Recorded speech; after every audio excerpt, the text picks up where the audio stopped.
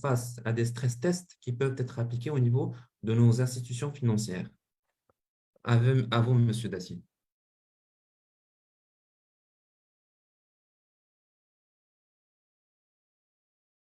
Le micro, s'il vous plaît. Je pense qu'il faut désactiver le micro. Voilà, vous m'entendez maintenant?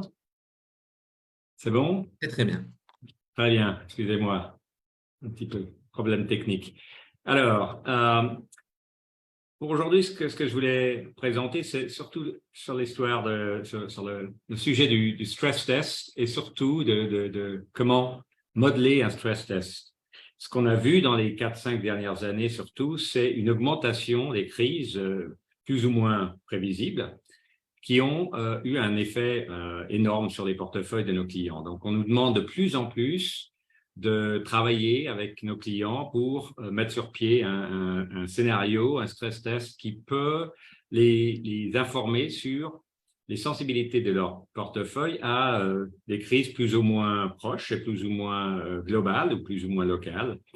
Alors, si vous voulez, il y a deux genres de crises. Il y a des crises qu'on pourrait dire internes, c'est-à-dire c'est une crise qui affecte des actifs dans votre portefeuille. Hein. Si par exemple, il y a une compagnie dans votre portefeuille qui fait faillite ou qui se fait où le directeur, le PDG se fait arrêter ou des choses comme ça. Tout ça, ce sont des crises internes à votre portefeuille. C'est assez facile de modeler ça puisque on sait exactement quelle est la ligne dans le portefeuille qui est affectée, n'est-ce pas? On a aussi des crises externes qui sont plus difficiles à modeler, par exemple les choses géopolitiques. On a vu l'Ukraine, on a vu Brexit il y a plusieurs années. On a aussi ces tensions entre l'Amérique et la Chine. Et tout ça, on sait que ce sont des crises qui peuvent aussi changer beaucoup de choses dans notre portefeuille. Hein. En général, les crises géopolitiques, la première place où vraiment on va commencer à voir des changements, c'est les taux de change. Hein. On a vu ça avec Brexit, tout de suite le pound qui a baissé énormément, le dollar qui est devenu un safe haven parce que personne ne savait vraiment comment ça allait se finir. La même chose pour l'Ukraine. Hein. On a vu que la guerre avec l'Ukraine, ça a fait monter le dollar tout de suite. Hein. On a vu aussi le Covid, ça fait un peu la même chose. Il y a eu un safe haven vers les États-Unis tout de suite. Donc, il faudrait savoir si on choque le taux de change entre la monnaie de son portefeuille et le dollar, quel est l'impact, hein, quelle est la taille de l'impact, et si forcément c'est un impact négatif et un impact assez sévère, eh ben, forcément, on voudrait se protéger là-dessus. Mais il faut savoir d'abord, il faut pouvoir quantifier et connaître la taille du problème avant de pouvoir envisager une solution chaque fois.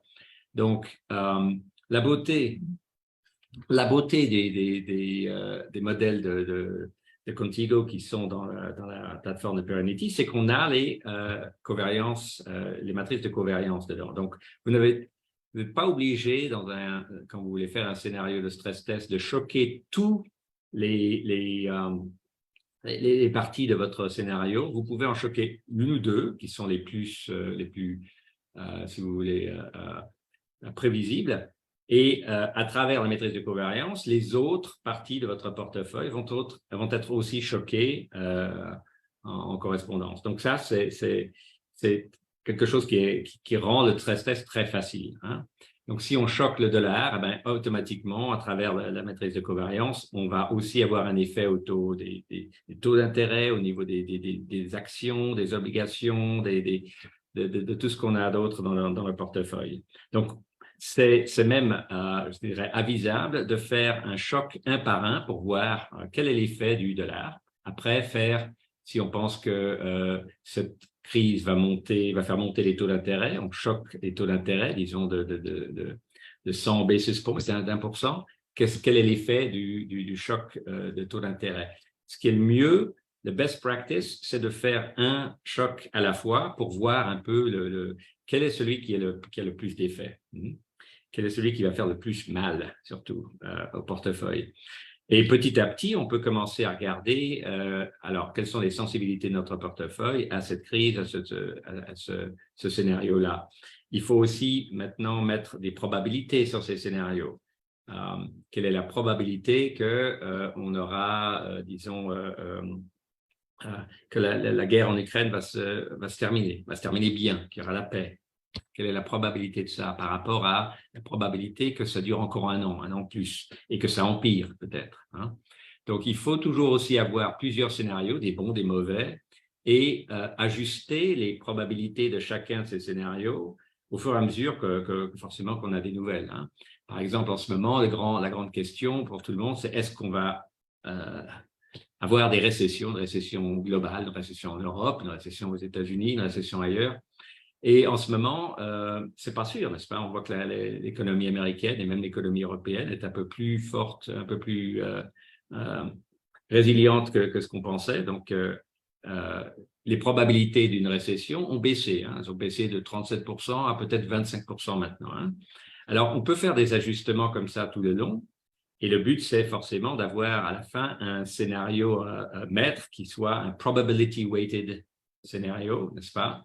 Je m'excuse un peu de l'anglish, mais ça fait 26 ans que je vis en Asie, alors mon français est un petit peu perdu. Mais ce qui est important, c'est de pouvoir toujours avoir des scénarios comme ça sous la main. On change les probabilités de temps en temps, mais on ajuste ces probabilités de temps en temps et on relance le stress test et on regarde l'impact de ce changement de ces probabilités. Donc, toujours, il faut avoir ce genre de procédé sous la main pour savoir quels sont les risques qu'on prend avec ce qu'on sait et puis ce qu'on ne sait pas, n'est-ce pas? Il y a aussi autre chose dont je voulais parler, c'est que forcément, il y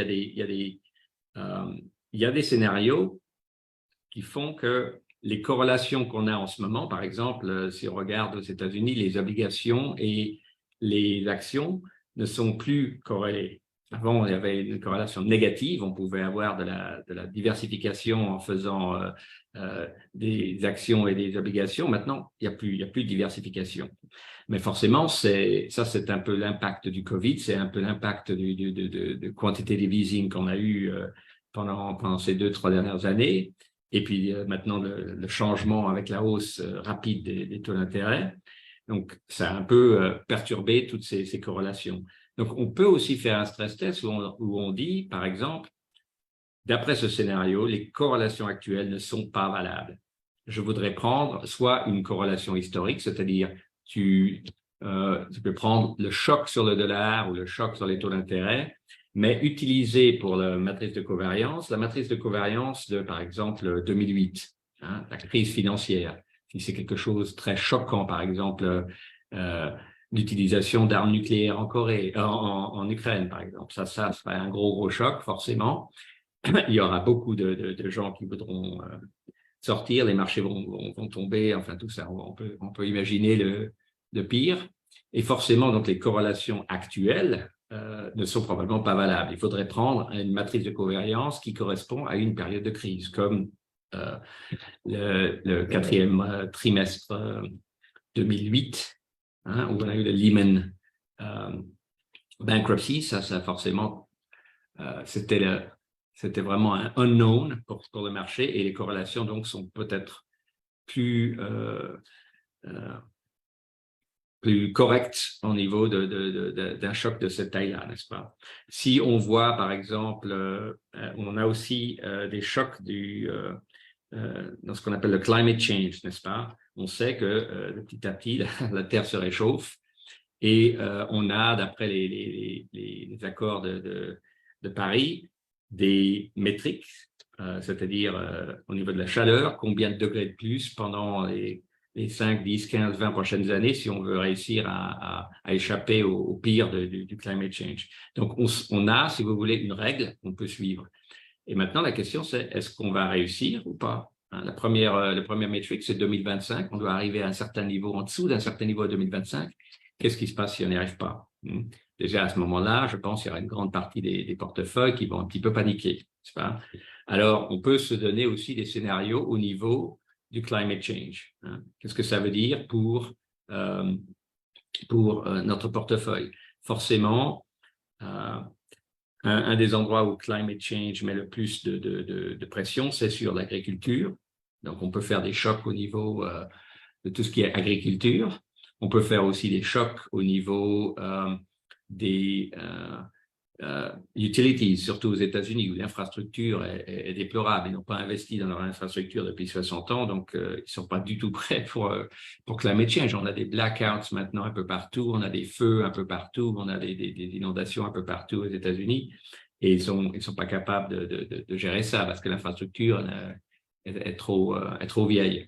Donc, on peut aussi imaginer que un climate change, il y aura des chocs au niveau de l'infrastructure, des blackouts. On en a vu dernièrement. On a eu, par exemple, quand il y a eu ce terrible coup de froid au Texas, je crois que c'était janvier ou février 2021. Ça a fermé toutes les usines de pétrole. Ça a aussi fermé le port où la plupart du pétrole est envoyé à droite à gauche. Ça a aussi fait éteindre toutes les usines d'électricité, là, les transformateurs d'électrique. On a eu un blackout pendant je ne sais pas combien de jours au Texas. C'est imaginable, on n'avait jamais vu ça. Et ça a énormément perturbé tous les portefeuilles qui avaient justement des oil futures ou qui avaient quoi que ce soit qui venait du Texas. Donc ça, on a maintenant un point, en tout cas historique, qu'on peut rejouer sur notre portefeuille et voir quel serait cet effet, et peut-être même l'augmenter. On peut faire des stress tests aussi au niveau simplement des taux d'intérêt. On sait, par exemple, maintenant, je peux vous dire qu'en 2021, aucun de nos clients nous avait demandé de faire un stress test où les taux d'intérêt montaient autant qu'ils ont monté en réalité en 2022. Tout le monde disait, tu fais plus 1,5% pour voir. Bon, personne n'avait dit plus 5%. Donc, c'est clair que on a eu des scénarios qui étaient trop faibles ou trop optimistes en 2021 et ça ne nous a pas protégés en 2022. Et maintenant, il faut regarder, le consensus, c'est que ouais, il y a peut-être encore maximum 1% de hausse sur les taux d'intérêt américains. Après ça, ils vont commencer à baisser et tout et tout. Bon, et puis, qu'est-ce qui se passe si ce n'est pas le cas? Parce que l'économie, pour l'instant, est plus forte qu'on ne pensait. Qu'est-ce qui se passe si la guerre en Ukraine force les prix du pétrole à remonter vers les $100? Donc, on a maintenant Energy qui était une grosse pression sur l'inflation au départ et qui s'est relâchée maintenant. Si ça recommence, si ça redevient une pression et que l'inflation recommence à monter, eh bien, on repart avec 50 ou 75%, 75 basis points de hausse sur les taux d'intérêt. Ça, c'est clair. Et personne, pour l'instant, ne fait un stress test où on dit les taux d'intérêt vont monter de 2% ou 3%. Tout le monde dit 1% max et peut-être ça baisse après. Donc, tout ça, il faudrait faire. Comment est-ce qu'on peut agir face à des stress tests? Nous avons un stress test, un scénario qu'on a modélisé. Bon, on n'a pas bien modélisé peut-être, on n'a pas anticipé complètement cette hausse des taux. On a un certain résultat. Comment est-ce qu'une institution est censée se protéger vis-à-vis de ce résultat? Voilà. Alors, ce qu'on voit souvent, c'est que des institutions font des stress tests. Souvent, ce sont des stress tests qui sont obligatoires d'après les banques centrales ou les régulateurs. Et puis, bon, elles prennent les résultats et elles font leur rapport et elles envoient leur rapport aux régulateurs, mais elles ne l'utilisent pas internement, surtout pour informer le investment process, n'est-ce pas? C'est ça qu'il faut faire, c'est-à-dire, en premier temps, regarder quel est l'impact et les sensibilités de mes portefeuilles actuels à ces scénarios. En deuxièmement, si on regarde les détails de ces résultats qui vous sont donnés à chaque actif dans le portefeuille, on peut voir tout de suite, on peut mettre un plan sur, si on pense que la probabilité du prix du pétrole, par exemple, de remonter à 100%, à $100, ça commence à augmenter en disant 50, 60%. Qu'est-ce qu'on doit vendre en premier? Qu'est-ce qu'on doit vendre tout de suite pour réduire notre sensibilité à la hausse du prix du pétrole? Il faut aussi avoir ce qu'on appelle un hedge portfolio, c'est-à-dire puisqu'on sait maintenant exactement où la perte va venir dans ce cas de scénario, qu'est-ce qu'on doit acheter pour faire un hedge? Quels sont les futures, les options, les contrats tels pour pouvoir empêcher ou renverser cette perte. Donc ça, il faudrait toujours avoir ces deux choses sous la main, c'est-à-dire une liste de qu'est-ce qu'on va vendre en premier si jamais notre scénario se réalise, et en deuxième, quel est le hedge portfolio si au cas où, bon, je ne veux pas vendre, mais je veux empêcher la perte en faisant un hedge. Qu'est-ce que je dois faire? Qu'est-ce que je dois acheter pour faire un hedge contre ce scénario? Il faudrait avoir un hedge portfolio pour chaque scénario et puis pouvoir avoir ça sous la main. Comme ça, on peut très vite réagir quand les probabilités augmentent dangereusement. Est-ce que ça vient mobiliser beaucoup plus de fonds propres? Parce que c'est la question qui se pose toutes les institutions financières aujourd'hui, c'est que tout le monde essaie d'optimiser les fonds propres pour ne pas les mobiliser d'une certaine manière dans le temps. Ça ne dure pas dans le temps. L'optimisation des fonds propres, c'est le sujet aujourd'hui de toutes les institutions financières, que ce soit en Afrique, que ce soit en Europe. Et comment on peut rassurer les institutions financières par rapport à l'utilité de ces fonds propres-là et aussi rajouter plus de fonds propres pour ce hedge portfolio, par exemple. Voilà.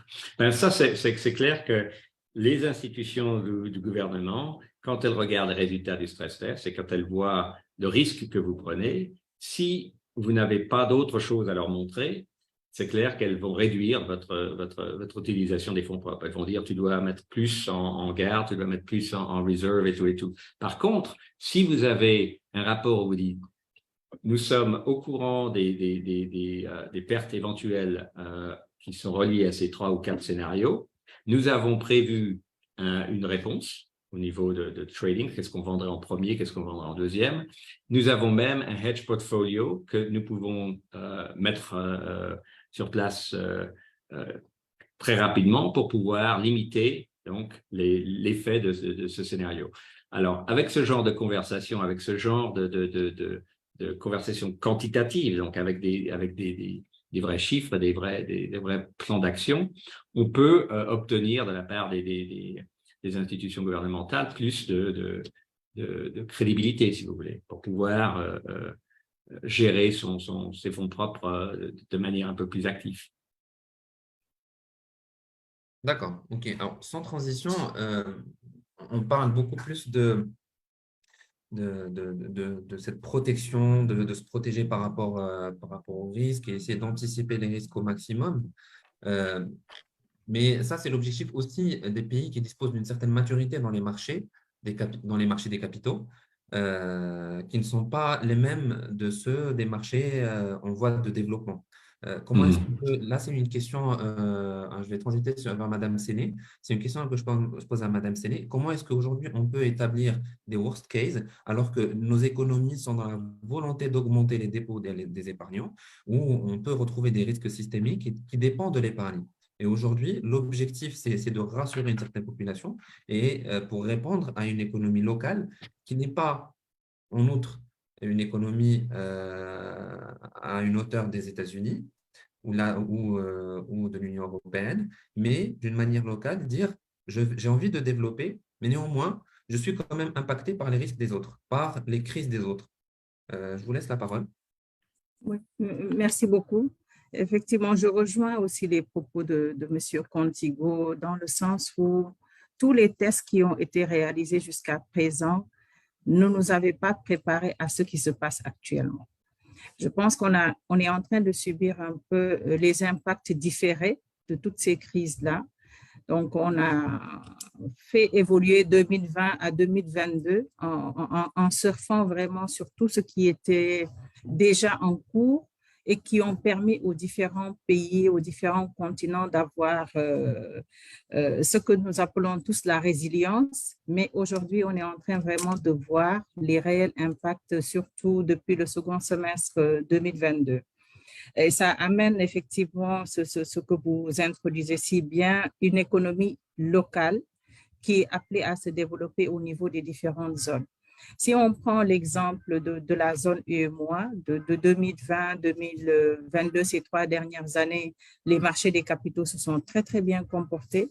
Nous avons eu un contexte assez favorable avec des opérations qui ont été réalisées dans les différents pays de l'UEMOA, que ce soit par des institutions financières, des corporates et également essentiellement par les États, donc permettant de lever globalement plus de 8 700 milliards, donc ce qui était assez satisfaisant, ne serait-ce que sur 2022, rien que sur 2022.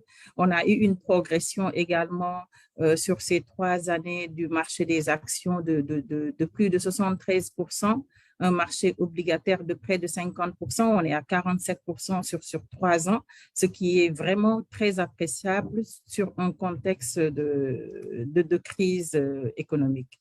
Ce marché obligataire, effectivement, est majoritairement dominé par les États avec plus de 90%. Et nous avons surtout réalisé le pic en levée de fonds en 2020.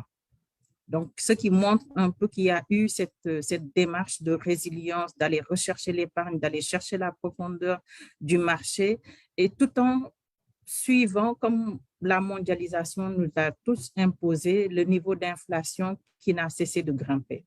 Nous avons eu juste un léger repli sur ce trimestre, mais jusqu'en fin 2022, on était dans l'ordre de 8%. Ce qui est quand même correct en zone UEMOA par rapport aux autres pays qui ont eu un taux d'inflation beaucoup plus élevé. Pareil aussi, les sociétés ont été très résilientes avec des résultats publiés qui ont été très, très satisfaisants, beaucoup plus de dividendes distribués sur nos marchés. Et comme il y avait beaucoup d'opérations également, évidemment, ça se ressent sur les intérêts distribués. On a eu une hausse à ce niveau-là. Rien que l'année dernière, c'est plus de 1 500 milliards qui ont été injectés en dividendes, en remboursement capital et en intérêts. Et on a quand même une rentabilité moyenne de plus de 12% sur notre marché. Tout ça, ce sont des signaux verts que nous avons appréciés en nous disant, bon, peut-être que les effets contingents vont encore être retardés. On arrive au dernier trimestre 2022, on commence à ressentir les effets réels. Le premier qu'on est en train de vivre actuellement, c'est une baisse drastique de la liquidité. Et ça, je pense, c'est une politique que toutes les banques centrales ont adoptée en essayant de contrer un peu les effets de l'inflation avec un changement de leur politique pour infléchir cette inflation-là. Sauf que ce changement de politique drastique a amené aujourd'hui les banques à avoir quasiment un guichet de refinancement qui est traité de manière beaucoup plus serrée, avec une injection de liquidité qui a chuté, mais en même temps avec des taux directeurs qui ont évolué. Donc, tout ça a entraîné un resserrement, sachant que sur le marché des titres publics, les premiers souscripteurs, c'était les banques. Donc, on est en train de rentrer en plein dans une crise de liquidité, sachant que cette crise de liquidité ne va pas de pair avec l'économie locale, qui aujourd'hui a plus besoin d'investissement, donc de capitaux à long terme. Cette crise de liquidité a entraîné un passage de maturité moyenne de 12 ans à des maturités de court et moyen terme, et en même temps, une hausse drastique des taux. J'ai beaucoup apprécié, M. Contigo, quand vous avez parlé des évolutions de taux qu'on n'avait pas senties à ce niveau-là. On pensait tous que c'était des 100 points de base, mais non, c'est beaucoup plus que ça. Aujourd'hui, sur le monétaire, on est en train de toucher des taux de 7% sur le 3 ans. Aucun État ne pourra supporter ça si ça continue de cette manière-là, et rien ne nous permet aujourd'hui de voir ce recul dans un très court terme. Donc, on est en train de sentir cet impact de la liquidité-là se durcir avec l'évolution des taux, la baisse des maturités, et ce qui ne vient pas vraiment répondre au gap budgétaire. Et on est passé également d'une situation où toutes les opérations étaient en sursouscription, dépassement de montants attendus, à des opérations qui ont un taux d'absorption faible, ce qu'on n'avait pas vu depuis plusieurs années. Aujourd'hui, les États se présentent au guichet de la Banque centrale pour les opérations par adjudication et les montants émis ne sont même pas atteints. Donc, ce qui est quand même assez grave, et ça se réplique dans tous les pays de l'Union. Même quand il s'agit d'offres qui dépassent le montant émis, c'est souvent des offres qui ne sont pas acceptables parce que les conditions sont assez élevées pour pouvoir être acceptées par ces États. Donc, nous assistons également à un risque de dégradation de cotation. On l'a vécu il y a quelques jours avec le Ghana qui a vu sa note se dégrader, ce qui ne donne pas un bon signal parce que c'est issu quand même d'un défaut de paiement d'un eurobond. Donc, et ça aussi, ça amène à tirer sur une sonnette d'alerte et se dire finalement qui va suivre et quelle est la politique à adopter. Et je pense qu'aujourd'hui, même si au niveau mondial, il y a une certaine démarche adoptée par les banques centrales, pour nos économies qui sont en pleine croissance, qui ont besoin de ressources, il faut regarder comment mettre en place les choses de manière graduelle et ne pas les imposer de manière drastique. Donc, il y a également un autre phénomène qui est à apprécier et à prendre avec une très, très grande attention, c'est la cybercriminalité, qui aujourd'hui touche les pays africains. Les institutions financières sont visées.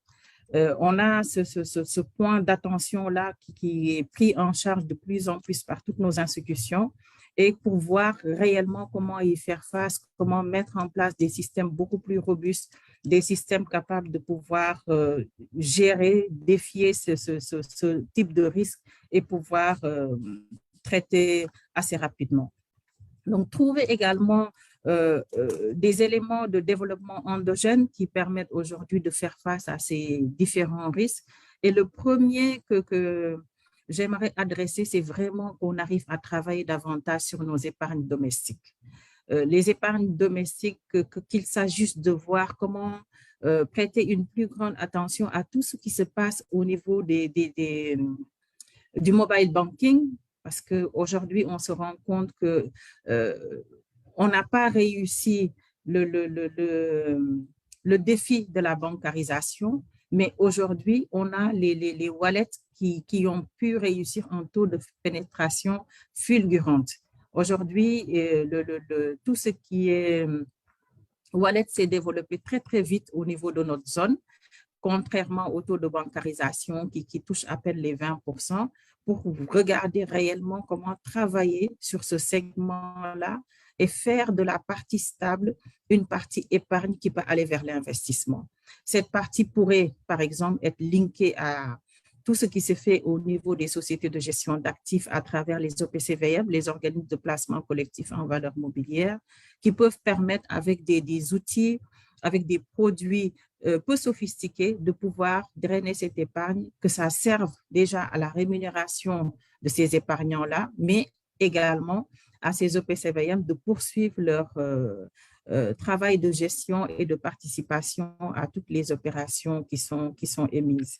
Regardez comment prêter une plus grande attention aux fintech, donc que tous les établissements financiers puissent créer cette synergie avec les fintech pour sortir des produits innovants, des outils beaucoup plus innovants pour permettre de ramener cette collecte-là et toucher un peu aussi la diaspora, parce qu'on a tous une diaspora un peu partout, et que cette diaspora puisse également s'intéresser à ce qui se passe dans leur pays d'origine et voir un peu comment participer à tous ces investissements juste en passant par le marché des capitaux.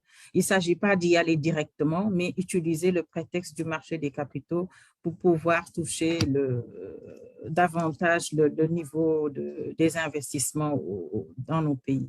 Nous avons également la possibilité aujourd'hui, quand on regarde du point de vue de l'énergie, on est en train de réfléchir encore à suivre tout ce qui se passe au niveau des énergies fossiles. Oui, rien que le cas du Sénégal et des pays limitrophes, on est en train de passer à une phase d'exploitation de nos énergies fossiles et effectivement, on prendra le temps de les exploiter parce que c'est maintenant qu'on a pu arriver à ce stade-là, mais ça ne doit pas nous empêcher de regarder les énergies renouvelables, ne serait-ce que pour pouvoir toucher tout ce qu'il y a comme manne financière destinée à financer ce type d'investissement.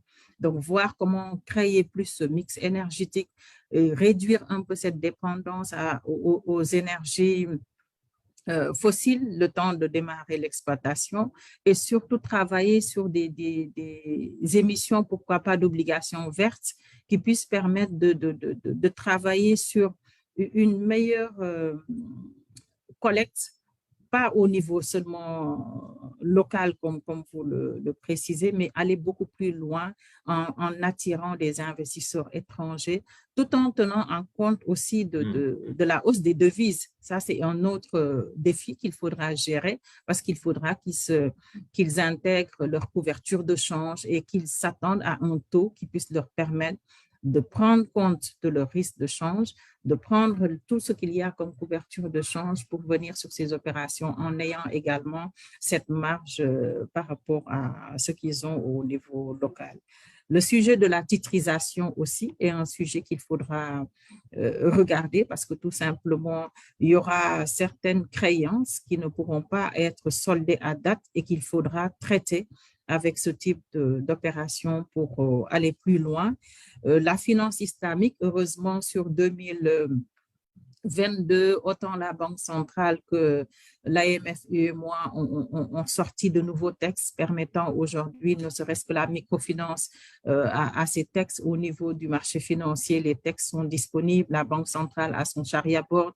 Donc, tous ces outils-là devraient permettre, en les mixant, de voir comment pallier à ces risques-là, mais sans pour autant avoir vraiment la boule magique de dire où tout ça va se limiter.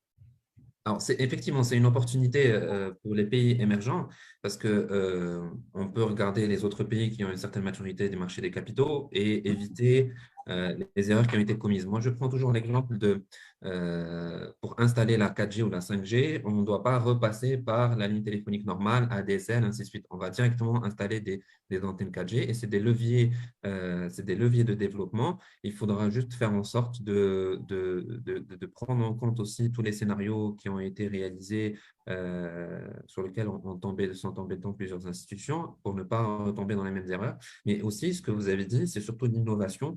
L'innovation, c'est ce qui nous permet d'être dans l'anticipation. Et cette innovation aujourd'hui nous donne la possibilité d'aller vers le développement, que ce soit le développement vert ou pour même éviter les énergies fossiles. Peut-être que le Sénégal ne passera absolument pas du tout par les énergies fossiles et pourra développer de telle manière des énergies qui sont beaucoup plus vertes. Il y a aussi, vous avez parlé du risque cyber. Et là, c'est un risque qui est d'actualité, qui n'est pas beaucoup pris en compte par nos institutions, qui est là, on sait qui est là. Comment, à votre niveau, est-ce que vous pouvez pallier à ce risque cyber qui aujourd'hui peut faire tomber tout un pays dans le blackout?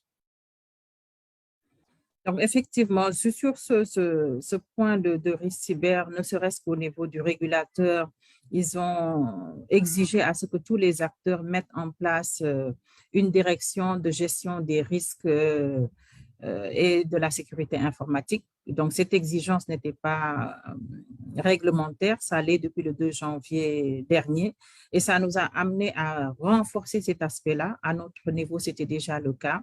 Voir également comment faire passer toute notre infrastructure dans des certifications qui permettent, au-delà de tout ce qu'on fait comme audit, au-delà de tout ce que nous avons comme contrat de surveillance d'intrusion, passer par des certifications, que ce soit certification ISO 27000 ou d'autres certifications permettant aujourd'hui d'être dans un audit perpétuel. Audit perpétuel, surveillance anti-intrusion, autant au niveau interne qu'au niveau externe, avoir plusieurs barrières de sécurité qui permettent aujourd'hui de pouvoir y faire face et surtout, en premier lieu, former les utilisateurs. Parce que le point névralgique, c'est vraiment les utilisateurs qui, par leur comportement, arrivent à créer une zone de risque. Donc, je pense que ces formations restent continues au niveau des institutions financières, doivent être beaucoup plus accentuées. Il y a beaucoup de cabinets également qui dispensent ces formations-là, mais arriver à se retrouver avec des institutions financières qui sont hackées, qui parfois même font l'objet de chantage pour pouvoir exercer leurs activités, pour ne pas dire carrément des fonds qui sont siphonnés, ça devient réellement un danger. Mais les infrastructures sont là. Et il faut les exploiter, il faut porter une très, très grande attention à ce risque qui peut être un risque fatal puisque ça devient un premier risque, ce sera le risque de réputation Exactement. de Alors, l'institution. effectivement. Alors, je renvoie la question à M. Dacier par rapport au risque cyber. Est-ce que c'est quelque chose qui est pris en compte dans vos institutions? Est-ce que vos clients viennent vous voir par rapport à ce risque cyber? Comment est-ce qu'ils arrivent à se couvrir par rapport à ça? C'est un risque qui est forcément un peu plus opérationnel qu'investissement, mais on peut tout à fait créer un scénario financier qui soit le résultat d'une crise cyber. Donc, si on peut tout à fait imaginer que, au lieu qu'une grosse banque fasse faillite, on peut tout à fait imaginer qu'une grosse banque soit prise en otage par le crime cyber et ne puisse plus opérer pendant une certaine période. Et si cette banque, en plus, est un dealer principal pour des obligations du gouvernement, par exemple, ça aura une répercussion tout de suite sur le marché des obligations gouvernementales. Donc, on peut créer des scénarios comme ça avec une sorte de domino effect en prévoyant que ça peut tout à fait tomber sur une grosse banque ou une grosse partie pièce de l'infrastructure financière d'un marché ou d'un pays. Donc, ça, c'est tout à fait faisable. Est-ce que vous pensez que les régulateurs en font assez sur la partie risque opérationnel ou c'est un champ sur lequel ils devraient beaucoup plus investir ou bien donner beaucoup plus d'idées claires ou de feuilles de route aux institutions? Parce qu'aujourd'hui, le risque opérationnel, ça reste un risque qui est assez appréciable et peut-être Tout qui à peut fait. varier d'une personne Mais à ce une qu'on a autre. vu, Comment... ce qu'on voit maintenant et ce qu'on a vu dans l'histoire de tout ce qui est réglementation, souvent les institutions gouvernementales ne sont pas fortement expertes dans tout ce genre de choses. Hein. Moi, je vois très bien des banques centrales qui ont des bureaucrates, qui ont des économistes, mais qui n'ont pas d'experts en cybercrime. Alors, c'est dur pour elles de mettre sur pied des réglementations qui soient avant-garde. Elles sont un peu, chaque fois, elles courent après le problème au lieu d'être devant le problème. Il y a aussi, comme a dit Marie-Odile, le problème de l'utilisateur. Hein. On ne peut pas aller plus vite que l'utilisateur au niveau d'apprendre à mieux se servir, à mieux se protéger, à ne pas créer des pièges. Donc, au fur et à mesure où on apprend leurs techniques de cybercrime, on peut commencer à enseigner comment se protéger aux utilisateurs, mais ça prend du temps, il y a toujours un délai. Donc, c'est ça le problème un peu. Parfait, merci beaucoup. Alors, maintenant, la question va être pour M. Ikombi. Euh, Toujours par rapport aux régulateurs, il y a les réglementations baloises qui sont venues un petit peu petit à petit, ils sont passés par la zone UEMOA. Maintenant, c'est autour de la zone CEMAC. Euh, Comment interagissent ces réglementations sur la zone CEMAC qui, pour des pays à forte croissance? Et une deuxième question aussi, est-ce qu'il y a eu un impact de la guerre en Ukraine, qui est un peu loin du Cameroun? Est-ce qu'il y a un impact réel directement sur l'Afrique, où là, on peut avoir un impact alimentaire et comment cela peut être modélisé en tant que scénario? Quel est l'impact sur les marchés des capitaux sur cette guerre-là et en tout cas, comment le régulateur réagit? Ok. Bonjour à tous, à tous mes copanélistes et à ceux qui nous suivent, ils sont environ une centaine. Bonjour à tous. Donc, pour entrer directement dans le vif du sujet, en fait, la réalité que décrivait tout à l'heure Madame Séné est une réalité qui est quasiment commune à nos deux zones. Elle décrivait l'UEMOA et j'avais l'impression qu'elle était en train de décrire la CEMAC parce que on est exactement à quelques détails près, en réalité, en train de vivre les mêmes choses du fait des décisions que prennent nos régulateurs et nos banques centrales dernièrement, dans l'optique effectivement de pouvoir répondre aux exigences du Fonds monétaire international et de la Banque mondiale en termes de gestion de risque et notamment d'harmonisation et de conformisme au niveau des risques de Bâle. Concrètement, ça se traduit par, comme l'a dit, je vais un peu répéter ce que Madame Séné a dit, hein, c'est que la fin de l'année, depuis le début de cette année, donc le début de 2023, on est dans une forte crise de liquidité. On a un taux d'inflation. La Banque centrale a eu l'impression que la meilleure façon de lutter contre l'inflation était de durcir les conditions d'accès à la liquidité aux banques. Et fatalement, ce qui s'est passé, c'est que les banques ne pouvant plus aller sur le marché aller se refinancer auprès de la Banque centrale, le résultat fatal, ou du moins le résultat direct, c'est qu'on a eu une crise de liquidité sur le marché et les personnes qui ont ressenti ça en direct, c'est les émetteurs publics, donc c'est-à-dire les États. Comme l'a dit Mme Séné, comme je dis, j'avais vraiment l'impression qu'elle décrivait le marché de la zone CEMAC, c'est que depuis le début de l'année, les émissions des titres publics des États au niveau de la CEMAC ne sont pas... n'arrivent pas à trouver du succès ou n'arrivent pas à trouver des souscriptions en termes de montant global parce que la liquidité est devenue rare et les taux d'intérêt qui sont servis sont plutôt bas par rapport à ceux à quoi nous avons été habitués par le passé. Donc, oui, l'impact de Bâle sur nos États, on le ressent. Mais je vais m'avancer en disant que peut-être les méthodes qui sont prises, qui sont utilisées par nos banques centrales et nos régulateurs. Donc, chez nous, on a la BEAC, la Banque des États d'Afrique centrale, et la Commission bancaire. Les méthodes utilisées pour pouvoir les implémenter ne sont pas forcément les bonnes parce que les résultats que nous sommes en train de voir pour l'instant ne sont pas très rassurant pour le marché, nos marchés financiers. Le marché de la zone CEMAC, en plus, le marché financier, clairement, de la zone CEMAC est un marché naissant. Pour revenir un peu sur l'histoire, le marché financier de la zone CEMAC a été créé en 2010. Mais entre 2010 et 2018, le marché était scindé en deux parce qu'il y avait un marché camerounais et un marché sous-régional. Donc, aujourd'hui, nous avons été animés sur les 10 dernières années, les 11-12 dernières années, que par le marché monétaire. Donc, aujourd'hui, je pense la volonté des régulateurs et de la Banque centrale, c'est que ce soit le marché financier qui élimine l'économie. Sauf que c'est des changements d'habitude auxquels, pour l'instant, les acteurs de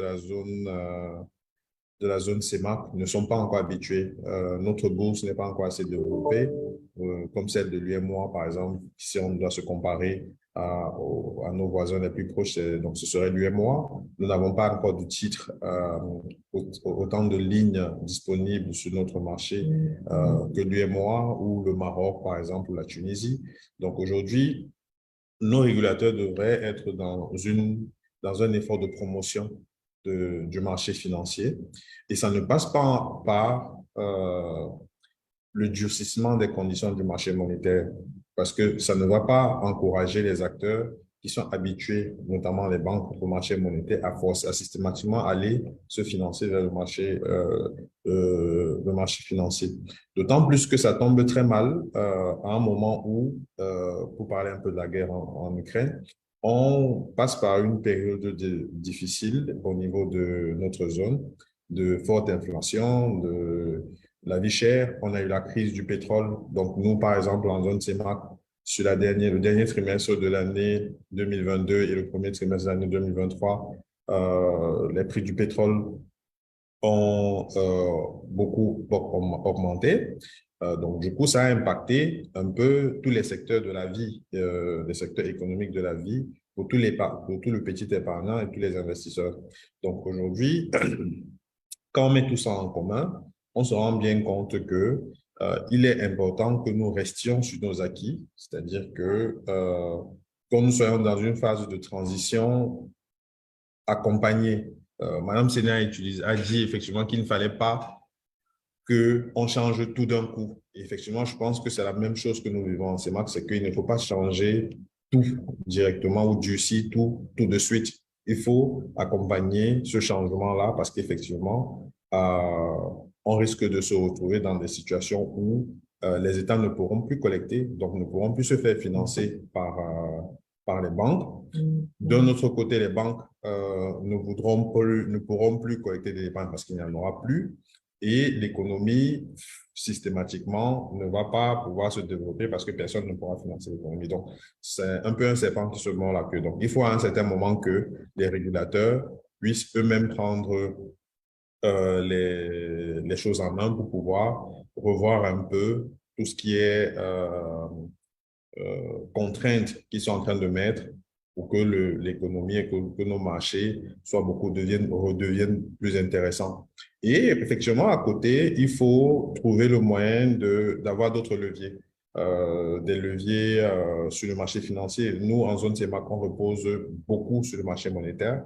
On a en réalité que le marché monétaire pour l'instant. Le marché financier, donc, en lui-même, n'est pas encore très développé. Donc, on n'a pas vraiment l'impact on n'a pas d'impact de la guerre en Ukraine ou de la crise Covid, par exemple, sur le marché financier, mais sur le marché monétaire, cela se ressent. Et ça s'est ressenti en 2020, ça s'est ressenti en 2021, ça s'est ressenti en 2022.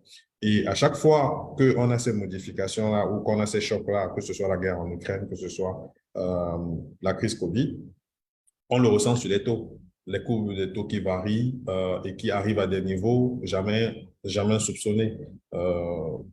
Madame Séné parlait de 8% sur le 3 ans. En moyenne, nous, on arrive à 8,40, 8,50 de rendement sur des maturités de 3 ans. Et effectivement, les trésors essayent de faire la promotion de maturité plus longue, mais personne n'a envie de prendre un risque sur nos propres États, c'est ça qui est le plus marrant, sur nos propres États, aussi long parce que personne ne se projette aussi loin que ça. Et quand on regarde spécifiquement dans la zone CEMAC, au-delà des crises exogènes, donc Covid, guerre en Ukraine, on a nos propres problèmes. On est dans des phases de transition politique qui font que personne ne se projette vraiment plus que sur du court terme ou sur du très court terme. Donc, personne n'a envie d'investir très long au-delà de ce que ça peut représenter comme opportunité de rendement. Mais le risque aujourd'hui est assez élevé et on se dit qu'on n'est pas à l'abri d'un défaut d'un État demain qui pourrait faire en sorte que tout investissement fait ne devienne plus intéressant alors qu'il semblait intéressant par le passé. Donc, tout ça réuni, effectivement, nous, les contraintes de Bâle, les États ou le Fonds monétaire et la Banque mondiale les imposent à nos États pour que ce que nous affichons, ce que nos États affichent soit correct. Mais à côté, je pense qu'il faut vraiment tropicaliser ces sujets-là pour pouvoir adapter ces contraintes, tous ces lois-là aux réalités même de nos États. C'est-à-dire que est-ce qu'aujourd'hui, l'économie de la zone CEMAC ou peut-être de la zone UEMOA subit le choc de la même façon que le subit l'économie européenne ou l'économie américaine? Je suis sûr que non. Donc, dans l'implémentation de Bâle, qu'on nous demande, est-ce qu'on devrait être dans les mêmes niveaux d'application que les économies qui sont beaucoup plus développées, qui ressentent tous les chocs les moindres chocs, que ce soit climatique, que ce soit énergétique, que ce soit politique, comme nous. On ressent les chocs. Nos économies ressentent les chocs, mais ce n'est pas au même niveau parce que, comme je dis encore, nos économies reposent grandement sur les émissions de nos États. Nous ne sommes pas encore sur des économies réelles en tant que telles où on ressentirait tout de suite parce que le coût du pétrole a augmenté sur le marché. Effectivement. Alors, effectivement, mais quand il y a, vous savez, M. Ekambi, quand il y a un tsunami, la vague, quand elle nous atteint à un certain moment, avec un certain niveau, un certain temps. Moi, l'exemple que j'aime donner, c'est que aujourd'hui, l'Afrique, c'est celle qui subit le plus. Pourquoi? Que 90%, 10% de la matière première qui est traitée au niveau des marchés détermine les prix des 90 autres pourcents.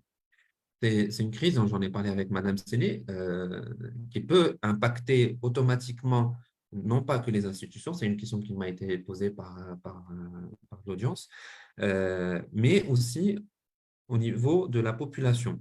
Pourquoi? Parce que quand il y a eu la crise du riz au Sénégal, quand le riz basmati a intervenu grâce à la mondialisation, que tout le monde veut acheter du basmati, bah, le Sénégal s'est retrouvé avec du riz qu'il a dû jeter, qu'il a dû brûler pour ne pas déprécier le prix du riz. Alors, comment est-ce qu'on peut justifier par rapport à la population qu'on est en train de brûler du riz au Sénégal alors qu'il y a de la famine?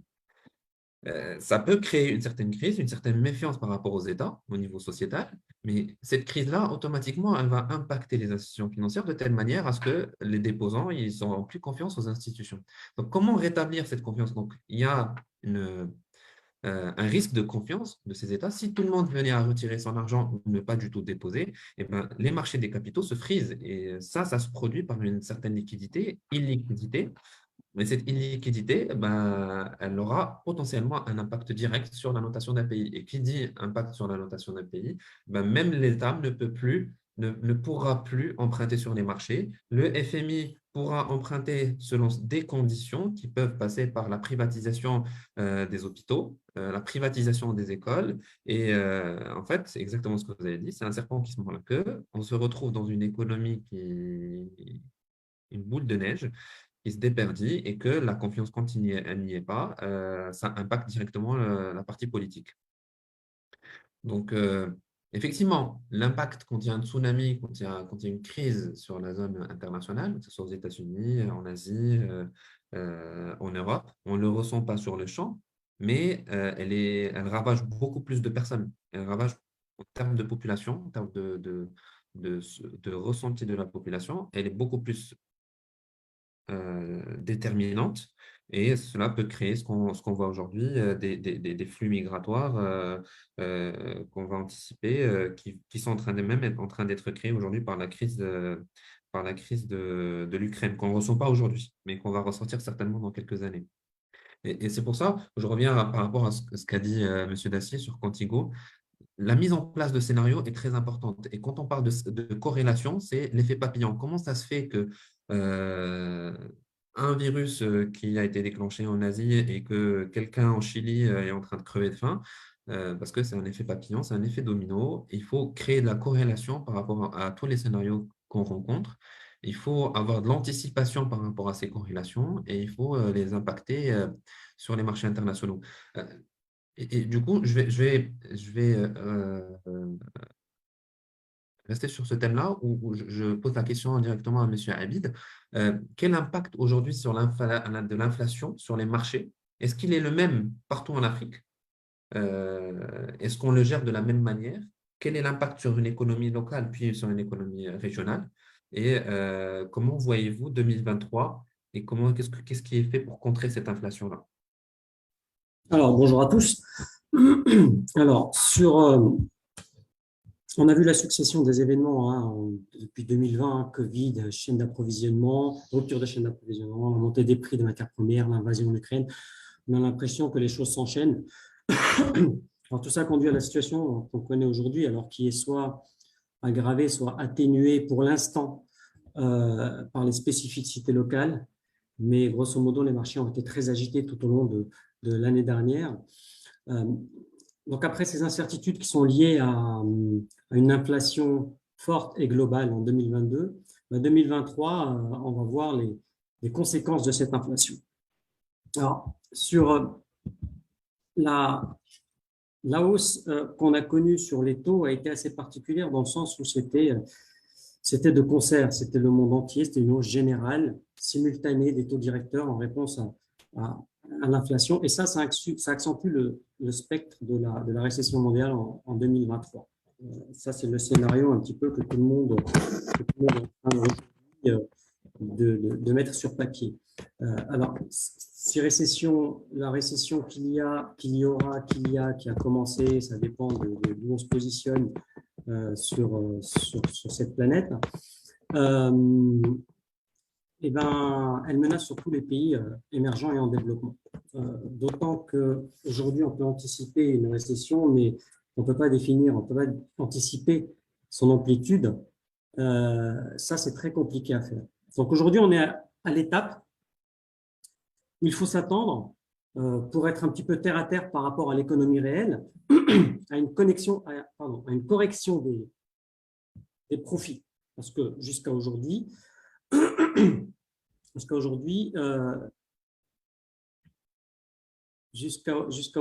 on a vu que la croissance a été capable d'absorber un petit peu ces différentes hausses de taux, ces hausses de prix, etc. Mais ce qui s'est passé sur les marchés est dû principalement au marché obligataire, aux tensions sur le marché obligataire, mais pas à cause d'une correction. Il n'y a pas eu une correction sur les bénéfices. Ça, c'est pas encore pricé par le marché. Donc ça, c'est ce qu'on risque de voir arriver. C'est un marché qui va être chahuté parce que les entreprises vont être impactées clairement dans leur compte de résultats. Ça pose évidemment la question des défauts des entreprises et comment gérer ce risque. C'est un risque qu'on sait gérer depuis assez longtemps. Donc, on a déjà vu quelque chose qu'on connaît très bien de ce côté-là du globe, c'est la hausse des impayés. On a vu que ça a explosé ces derniers temps. Il faut probablement s'attendre à une hausse des défauts des entreprises. Alors, dans ce contexte, les entreprises qui gèrent le mieux leurs risques, tous les risques, que ce soit le risque industriel, les risques marchés, sont celles qui s'en sortiront le mieux. Cela, ça vaut pour les entreprises et ça vaut évidemment pour les banques. Ça pose la question un peu plus… En fait, il y aura deux catégories de clients. Il y aura ceux qui ont déjà mis en place leur stratégie de couverture tout au long et qui sont usés à ça et qui aujourd'hui vont juste dérouler leur stratégie et passer cette crise du mieux qu'ils peuvent. Et puis, il y a ceux qui ne sont pas prêts. Et ceux qui ne sont pas prêts vont devoir tout de suite, dans l'urgence, contrer ce nouveau contexte dans lequel on rentre. Donc, la différenciation qui se faisait uniquement sur la création de valeur et comment monétiser cette création de valeur, aujourd'hui, elle va aussi se faire dans le contexte actuel et dans l'année à venir, sur sa capacité, non pas juste à créer de la valeur et à la monétiser, mais à la préserver. Et c'est là où rentre comment on identifie un risque, on le valorise et on le couvre. Et ce qui est intéressant, parce que ça, pour l'instant, on reste sur quelque chose qui est assez général, hein, c'est vrai pour le monde entier, mais ça nous mène à quelque chose qui n'est pas du risque. Alors moi, je ne vais pas parler du risque à proprement dit. C'est pas du risque à proprement dit, mais c'est un décalage entre les capacités des différentes économies à recycler le risque et à se couvrir. Les risques marchés, c'est une excellente illustration dans le sens où c'est un point d'attention puisque l'organisation des marchés et la réglementation, l'état de la réglementation dans chacun des pays en Afrique, c'est quelque chose qu'on connaît au Maroc. Eh bien, on est sur des réglementations qui sont assez restrictives. Donc, les entreprises qui se situent dans ces pays-là ne disposent pas de tous les outils, d'une profondeur de marché qui leur permettent de recycler leurs risques très rapidement. et ça les met forcément dans une situation désavantageuse par rapport à leurs concurrents qu'il peut y avoir ailleurs et qui sont dans des pays où la réglementation leur permet de faire pas mal de choses. Cette même réglementation, elle a des avantages et des inconvénients, c'est-à-dire que dans le sens où elle nous protège parce qu'elle nous permet de rester sur un marché dans lequel on ne peut pas faire d'arbitrage avec les marchés à l'international. Je vous donne un exemple. Si les taux dollars et les taux euros montent, normalement, on devrait avoir une sortie de capital du dirham vers le dollar pour aller investir sur des actifs en dollars. Dans quel cas, ça déprécierait le dirham, ça apprécierait le dollar. Ça, aujourd'hui, c'est un mécanisme qui est bloqué par le contrôle du compte capital, qui est quelque chose qui est général pour l'Afrique et une partie de l'Asie et une partie de l'Amérique du Sud. Donc, pour cette crise, là où il y a le risque est parfaitement identifié sur le marché marocain, on est sur des situations où, en termes de couverture, on sait comment faire, mais on est encore en transition avec un marché qui est en train de changer, une réglementation qui est en train de changer, et cette crise arrive en plein milieu. Alors, on a vu que cette transition-là a fait qu'il y a eu une approche qui était assez,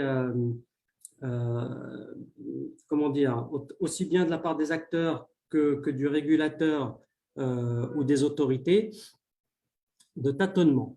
Donc, ce qui est bien dans cette crise-là qui arrive au milieu d'un processus, au Maroc en tout cas, de libéralisation, d'ouverture du compte de capital progressive et de flexibilisation de la devise, c'est que ça a accéléré le phénomène d'apprentissage.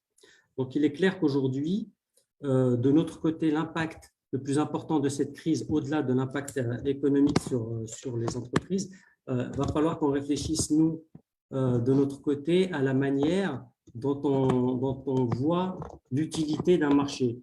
L'utilité de ce marché-là, c'est de permettre à tous les opérateurs économiques de se couvrir. Et là où ce n'est pas un risque, pour moi, c'est un point d'attention, c'est que les réglementations aujourd'hui doivent se poser la question de dire dans quelle mesure je dois donner la main aux opérateurs économiques pour pouvoir se couvrir de la manière la plus efficace possible afin de pouvoir entrer en concurrence avec les opérateurs étrangers, aussi bien sur la création de valeur et la manière dont on crée notre valeur que sur la manière de préserver cette valeur-là.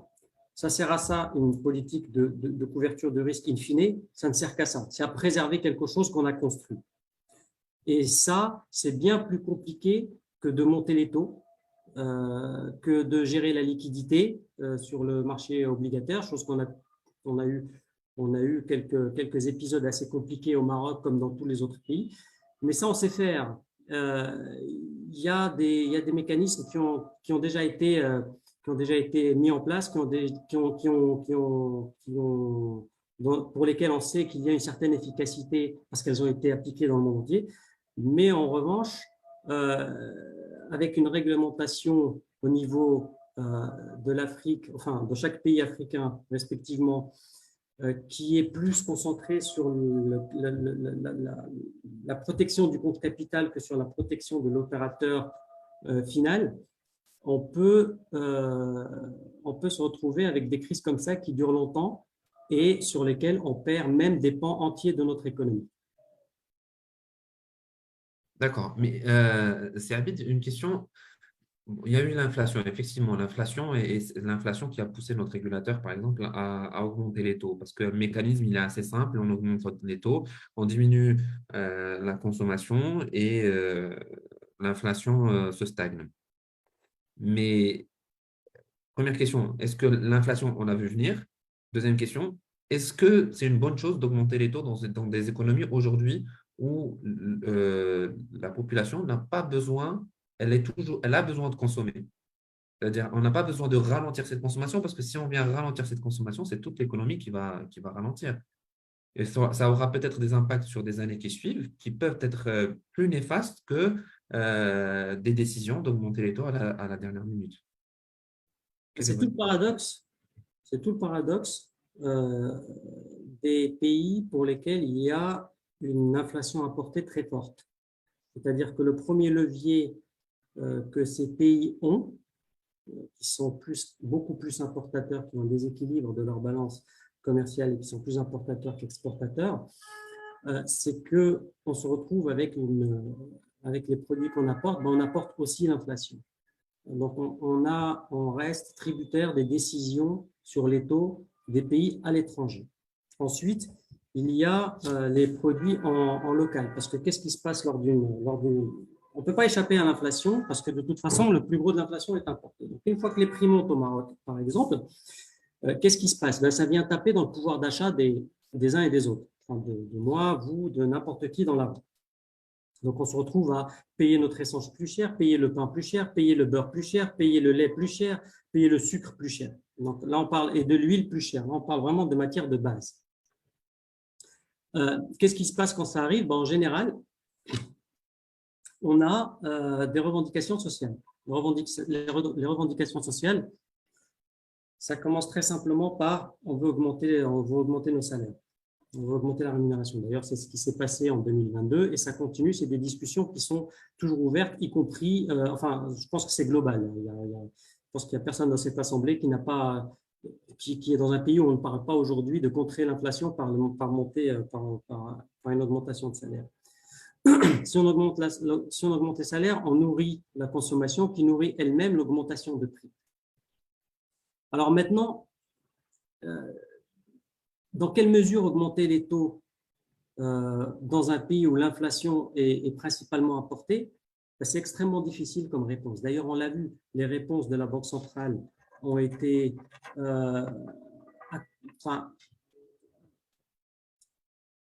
pas dans le même tempo, en tout cas, que nos partenaires commerciaux, qu'ils soient européens ou américains.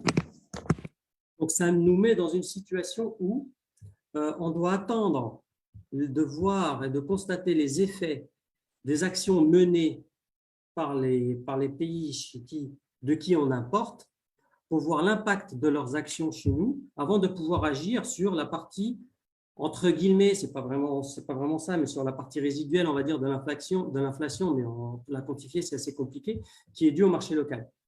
Et c'est là où, quand on isole cette partie-là, on va essayer de monitorer un petit peu la consommation et l'augmentation des prix, du moins, qui est due uniquement aux facteurs locaux. Donc, l'augmentation des taux au Maroc a moins d'impact qu'aux États-Unis ou en Europe, mais elle a un impact. Elle a un impact sur l'inflation. Cela étant dit, elle n'est pas du tout du même ordre non plus, parce que quand aux États-Unis, on arrive à 4,75, 4,50, 4,75, aujourd'hui au Maroc, on est passé de 1,50 à 2,50. Donc ça se retranscrit, si vous voulez, dans l'intensité de l'augmentation des taux. Donc les taux augmentés au Maroc, oui. Est-ce qu'il fallait qu'ils augmentent? Très probablement. Est-ce qu'ils ont augmenté aussi vite qu'ailleurs? Non. C'est justement parce que tout n'est pas entre nos mains pour gérer cette inflation. D'accord. Donc, ça reste quand même aussi des scénarios à anticiper, des scénarios à jouer, des stress tests à effectuer. Je rejoins M. Dazier quand il disait par rapport à des stress tests à jouer, un hedge portfolio aussi à mettre en place pour que ça soit des choses beaucoup plus réalistes. Et je penserais plutôt à mettre des hedge portfolios de l'ordre d'une maturité de 6 mois, de 1 an, qui pourra nous donner une certaine visibilité. Ça ne sert à rien de faire de l'anticipation de l'ordre de quelques années, mais de faire de l'anticipation de l'ordre de 6 mois, ça nous permet quand même de sécuriser,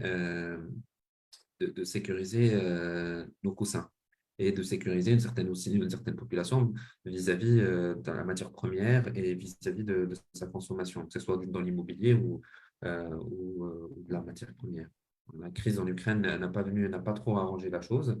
On espère que son impact sera minimisé dans les années à venir. Alors, là, c'est là où on transite vers Monsieur Devouge. C'est une question, Monsieur Devouge, avocat, qui pourra nous donner une certaine vision qui est externe au marché des capitaux et qui pourra nous donner une certaine vision aussi institutionnelle, réglementaire, et quel est l'impact au niveau sociétal par rapport aux dossiers qui sont traités par vos soins? Et est-ce qu'il y a un effet de domino de l'impact des crises sur les marchés des capitaux? Je sais qu'il y a eu un certain impact qui n'est pas de domino, mais il y a un impact qui, qui est assez cyclique. Est-ce qu'il y a eu une crise immobilière? Est-ce que cette crise-là joue en faveur des guerres, de l'émergence de quelques guerres? Et quelle est l'importance de la conformité vis-à-vis du risque management et de l'anticipation vis-à-vis du risque? Merci beaucoup. Bonjour à tous et bonjour à l'assistance qui nous écoute. Donc, effectivement, et c'est intéressant pour moi, avec ma casquette de juriste, de parler un peu, d'avoir écouté attentivement mes copanélistes et de pouvoir réagir à leurs propos. Ce que je trouve intéressant, c'est qu'on voit bien un élargissement de cette culture du risque qui est sans doute plus prédominante aujourd'hui dans le monde bancaire, de l'asset management, lié notamment à la suite de la crise des subprimes et un contrôle attentif et rigoureux des banques centrales notamment. On parle de scénarios de stress test. Et ce que je trouve intéressant, c'est qu'on constate que cette culture d'appréhension des risques, de conformité des risques, elle s'étend de plus en plus, en touchant également les banques et les établissements dans les pays émergents notamment, mais également tout ce qui concerne les acteurs gravitant autour des marchés de capitaux, et y compris les émetteurs eux-mêmes. Donc, il y a une espèce d'élargissement des acteurs qui sont concernés par cette appréhension de la culture de risque et de cette nécessité aujourd'hui, parfois pour des raisons réglementaires, mais également pour, comme le disait un autre copanéliste, essayer de se sortir du lot dans ce monde particulièrement en mouvement, d'appréhender le plus possible les risques qui s'appliquent aux entreprises, aux acteurs concernés. Et le travail, évidemment, est assez délicat parce que, comme ça a été également observé, on a des crises externes sur lesquelles on n'a pas forcément la maîtrise et encore moins l'origine ressort d'événements d'actualité, et également une cartographie des risques qui se complexifie avec des éléments. On a parlé du risque lié à la cybercriminalité, on pourra ajouter toutes les questions liées à l'ESG, qui sont aujourd'hui des questions très attentivement suivies par les investisseurs. Alors le risque ESG, évidemment, il est difficile à caractériser. Qu'est-ce que ça concerne? Est-ce que ça concerne ça peut concerner de multiples domaines, les conditions de travail dans des usines, ce genre de choses. On a une cartographie éminemment complexe. Et vous avez également d'autres questions qui peuvent se fournir. Il y a là, cette fois, sans doute, sous l'influence particulière de la réglementation, c'est tout ce qui concerne la lutte contre le blanchiment et le financement du terrorisme. Donc, cette cartographie des risques qui se complexifie de plus en plus, encore une fois, sous l'influence du règlement des régulateurs, et qui concerne non seulement le monde de l'asset management, mais également d'autres acteurs, y compris les émetteurs cooptés et tous les intervenants qui travaillent habituellement avec eux. Maintenant, l'autre point que j'ai trouvé particulièrement intéressant, c'est cette question du timing, du tempo de l'application de ces réglementations, qui implique des coûts pour les entités qui sont sujettes, parce que faire une cartographie des risques, faire des stress tests, ça appelle à faire appel des prestataires, donc ça a des coûts pour les entreprises qui sont concernées, dans un contexte de marché et d'économie au global qui est, pour le moment, en tout cas pas totalement sinistré, mais 2022, on avait des indicateurs plutôt verts, et là, on sent que les choses pourraient passer au vinaigre assez rapidement. En tout cas, on a quelques appréhensions sur l'année 2023 qui arrive. Et donc, c'est là où c'est une question éminemment intéressante, mais où la réponse, évidemment, est complexe. Et je vais rebondir sur votre question initiale, évidemment, parce que tout le jeu de cette réglementation, ce qu'elle vise, c'est à équiper les acteurs qui sont soumis à ces règles, qui certes ont des coûts, mais à répondre à des enjeux de moyen, long terme, de dire l'enjeu, ce n'est pas tellement la crise immédiate, mais de s'assurer qu'à long terme, les acteurs qui sont concernés, voilà, le risque cyber, oui, ça a un coût de se protéger, mais évidemment, le jeu en vaut bien la chandelle par rapport au risque que ça implique pour les années qui viennent. Et donc, tout l'enjeu de cette réglementation, in fine, c'est de construire une confiance des différents opérateurs sur les marchés, confiance qui doit évidemment inclure les populations locales dans un souci notamment d'attirer l'épargne domestique de manière plus importante sur les marchés. Alors cette question, ça rejoint les questions de ce que disait Marie-Odile Séné sur des questions de technologie, de faciliter l'accès aux populations à opérer des opérations sur les marchés, mais ça consiste également à assurer une confiance des différents utilisateurs sur ces marchés, y compris les personnes, entre guillemets, lambda, vous, moi, qui opérons sur ces marchés, qui aient confiance dans les opérations qui sont faites. Et donc là, pour construire et consolider cet axiome-là, dans un contexte, il est vrai, économique assez difficile, on voit, notamment sur les marchés de capitaux africains, un agenda relativement ambitieux et volontariste de construire les conditions qui doivent permettre une amélioration de l'attractivité de ces marchés et notamment une amélioration de l'attractivité vis-à-vis de l'épargne domestique. Mais après, c'est vrai, et je conclurai là-dessus mon propos, que le contexte économique particulier et assez difficile des mois qui s'annoncent peut rendre plus délicat l'application de ces nouvelles règles qui, encore une fois, provoquent des coûts pour les personnes qui sont concernées. Et donc, on peut être facilement tenté de les alléger ou de décaler leur mise en application en se disant, bon, on laisse passer l'orage et on verra ça après, parce que l'urgence du moment, c'est peut-être une crise de liquidité plus importante qui, si elle n'est pas traitée correctement, aura des impacts bien plus négatifs que ceux qu'on cherche à prévenir par l'application de ces dispositions.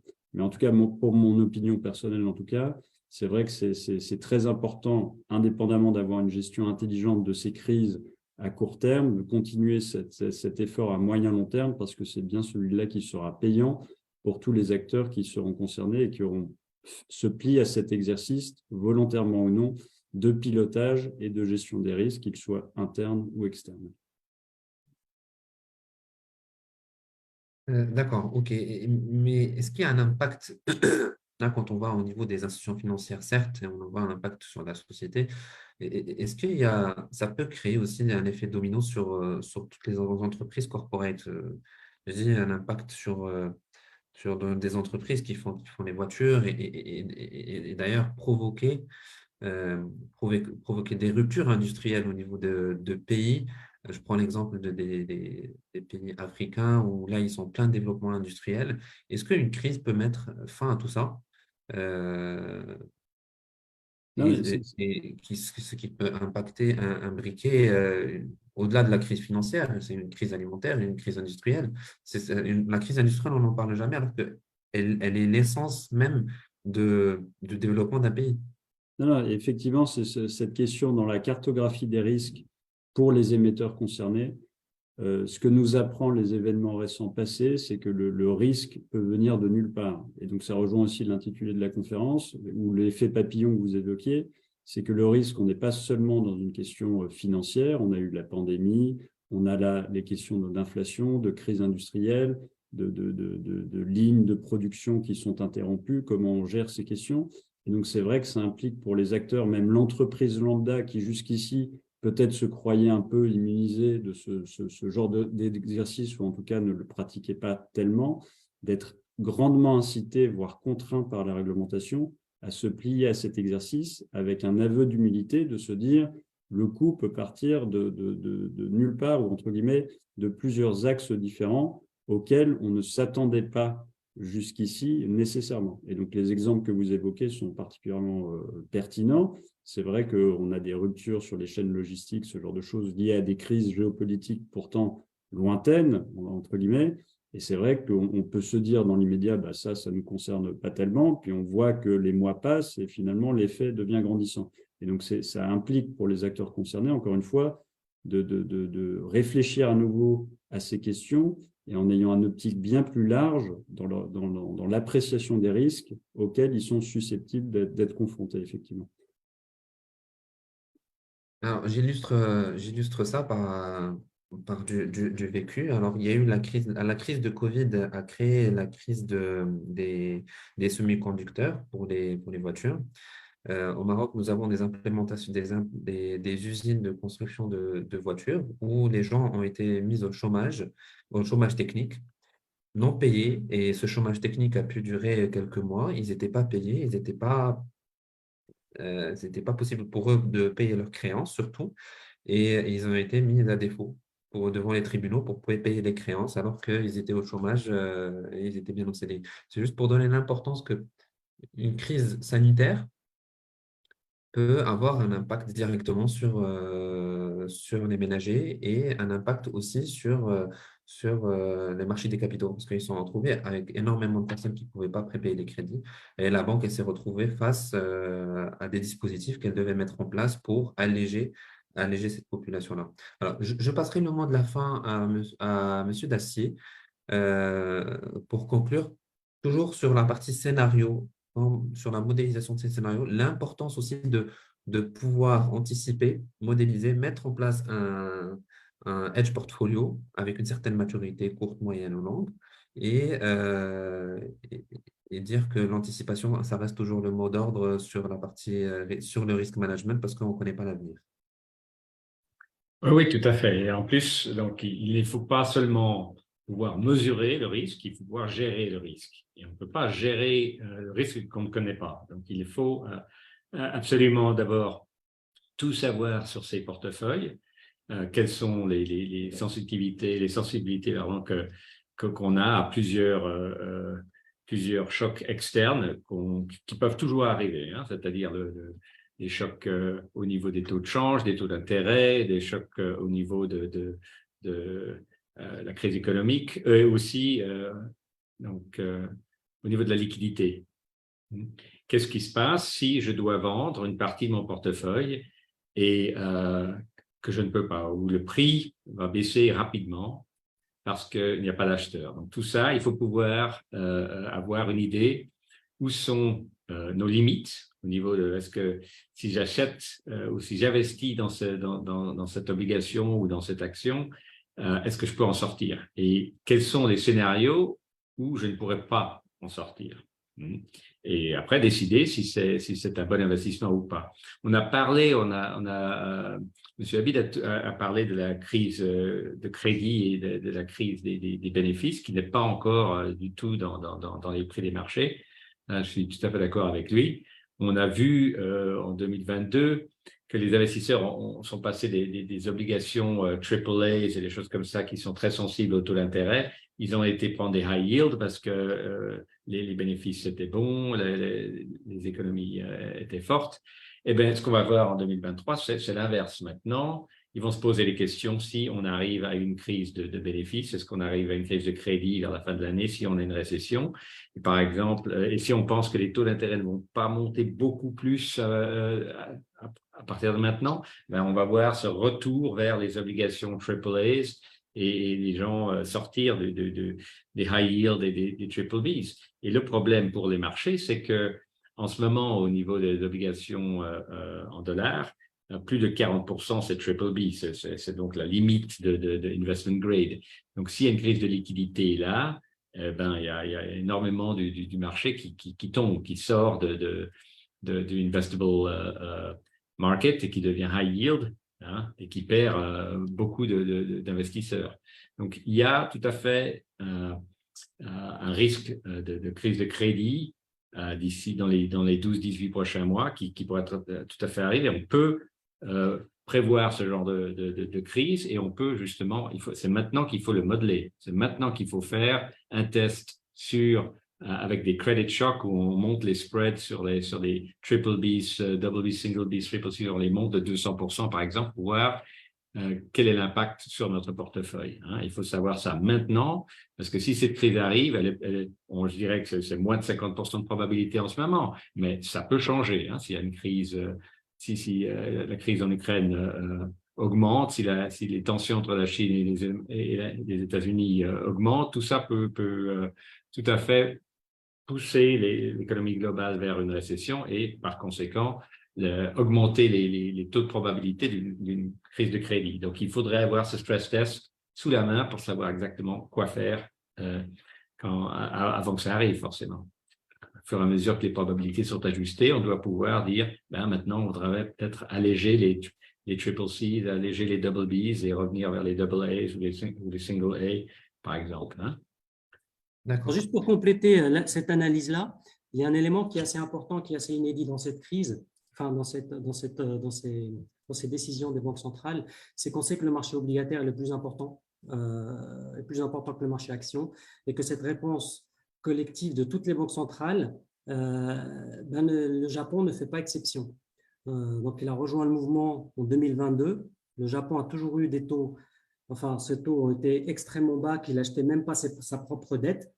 Donc, c'est un gros acheteur de la dette américaine, un des plus gros financiers, on va dire. Sauf qu'avec l'assouplissement des obligations publiques japonaises qu'on a connues, avec des taux qui étaient plafonnés, des taux de la dette de l'État qui étaient plafonnés à 0,25 et qui maintenant peuvent fluctuer entre moins 0,5 et plus 0,5, ce n'est que le premier pas. On a déjà vu le yen qui a pris 3% avec cette décision-là. Si le Japon, comme on l'anticipe, entre dans un cycle de hausse des taux, on va très probablement avoir de la liquidité qui va sortir de l'Union européenne et des États-Unis pour aller être redirigée à moyen terme vers le Japon. Donc, ces crises-là de liquidité, il y a des choses qu'on peut anticiper, il y a des choses qu'on peut entrevoir, et puis il y a la crise Covid qui est juste impossible à voir venir. L'idée, c'est pour certaines crises et certains risques, il faut avoir les outils qui permettent de se défendre contre ces risques-là. Contre d'autres, c'est pour les atténuer, et d'autres, il faut avoir cette sensibilité risque et les process, la gouvernance en interne pour pouvoir réagir le plus vite possible, même si on n'a pas les outils et même si on ne sait pas ce qui se passe, et de pouvoir s'adapter le plus rapidement possible. Merci bien à tous. On va passer à la séance questions-réponses. Il y a eu des questions qui ont été posées auxquelles nous avons déjà répondu. Alors, nous avons sur les crises actuelles, sur les opportunités quelles sont les opportunités que peuvent offrir les crises actuelles sur le continent africain? Quelle opportunité on peut en tirer? Alors, il y a toujours le côté de Wall Street qui est… Il y a un dicton dans Wall Street, quand il y a du sens dans la rue, vous achetez de la propriété. Hein. Donc, forcément, on a entendu par plusieurs des panélistes qu'il y a une crise de liquidité en ce moment dans plusieurs endroits, dans plusieurs pays en Afrique. Il y a aussi des risques au niveau des industries. Vous avez parlé de chômage technique et d'autres choses. Donc, pour des investisseurs qui ont de la liquidité, qui ont qui veulent investir à long terme, il pourrait très bien avoir des très bonnes opportunités d'achat et de reconstruction, de redéveloppement, de redressage dans l'année qui vient là, en Afrique. Donc, à mon avis, on va avoir beaucoup d'intérêt de gens comme, par exemple, Elon Musk et les autres, comme ça, qui ont trop d'argent, qui ne savent pas quoi en faire. L'Afrique va leur apporter, à mon avis, beaucoup d'idées d'investissement. Parce que, comme vous dites, c'est une région qui a besoin de consommer, c'est une région qui est en plein développement, pas seulement pour le consommateur, mais aussi industriel et autres. C'est une région qui a été sous-investie pendant des décennies et dont le monde a besoin. Donc, il y aura des grosses opportunités, à mon avis, pour des investisseurs internationaux et même locaux, à partir du moment où vous avez du long terme, et vous voyez à long terme, à partir du moment où vous pouvez aussi vous-même apporter quelques connaissances ou quelques expertises de gestion ou des expertises au moins qui soient alignées avec l'investissement que vous faites, je pense qu'il y a des très, très bonnes opportunités dans les 12-18 prochains mois en Afrique. D'accord. Une question plus à Madame Séné. Comment, en tant que SGI, votre institution aide à sortir des difficultés financières la population, des difficultés financières qui partent crescendo? Voilà. Question de M. Nianke. C'est une question intéressante et qui fait sourire aussi. Et je pense que ça nous permet aussi d'aborder ce débat avec une note beaucoup plus positive, Parce que quand on regarde aujourd'hui dans nos populations, notamment au niveau du Sénégal et quasiment dans la zone UEMOA, le point principal qui fait défaut, c'est l'éducation à l'épargne. Le fait d'épargner, c'est pas seulement de mettre quelque chose de côté, c'est mettre quelque chose de côté et de l'investir. Donc, passer de cette culture d'épargne à une culture d'investissement. Ce monsieur, je lui répondrai qu'il se pose d'abord les questions. Qu'est-ce qu'il fait de ses revenus? Qu'est-ce qu'il oriente à la consommation? La partie qui n'est pas orientée à la consommation, il le détache à quel moment? Avant de consommer ou après? Qu'est-ce qu'il a fait de cette partie qui a été épargnée et comment il analyse le retour sur investissement? Quels sont ses revenus qui lui permettent aujourd'hui d'augmenter son pouvoir d'achat? Parce qu'il est question aujourd'hui de traverser les années et surtout de se rendre compte que d'année en année, on a réussi à se mettre de côté une épargne qui finit par devenir un patrimoine financier ou un patrimoine immobilier, mais toujours est-il que le sujet patrimoine doit revenir dans le fonctionnement de l'épargne qu'on détient. Et en se constituant un patrimoine, en même temps, on contribue à l'économie et en même temps, on améliore son pouvoir d'achat. En tant que SGI, ce serait vraiment revenir à notre ADN qui est de travailler sur l'inclusion financière, mettre en place toutes les plateformes qui permettent de pouvoir épargner où qu'on puisse se trouver à travers les moyens digitaux, suivre son épargne à temps réel, investir à temps réel et avoir à sa disposition tous les outils d'aide à la décision. Donc, c'est vraiment ce que nous essayons de faire depuis de longues années, qui nous permettent aujourd'hui de massifier et qui nous a permis de travailler sur la partie épargne privée, sur le retail, à côté des banques et pouvoir également accompagner sur cette démarche d'inclusion financière et d'amélioration du pouvoir d'achat. Une autre opportunité aussi qu'on devrait saisir, c'est arriver à décloisonner dans la mesure du possible nos marchés africains. Il y a un premier projet qui a démarré en décembre 2022, qui est d'interconnecter les bourses africaines. Donc, actuellement, il y a 9 bourses qui sont en liste pour intégrer ce projet, mais ce n'est pour l'instant qu'une interconnexion électronique. Donc, il s'agit uniquement de pouvoir faire passer d'un broker à un autre. La partie réglementation n'a pas bougé. La partie change n'a pas bougé, les banques centrales ne se parlent pas encore. Il faut aller beaucoup plus loin dans ce type de projet-là et permettre réellement de saisir cette opportunité-là et voir comment trouver le moyen d'en faire des solutions.